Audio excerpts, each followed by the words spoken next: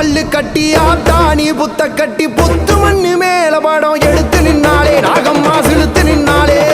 அண்ணார்ந்து பார்த்துக்கிட்டு மல்லாக்கப்படுத்தபடி அங்காளி ரூபத்தில காட்சி தந்தாலே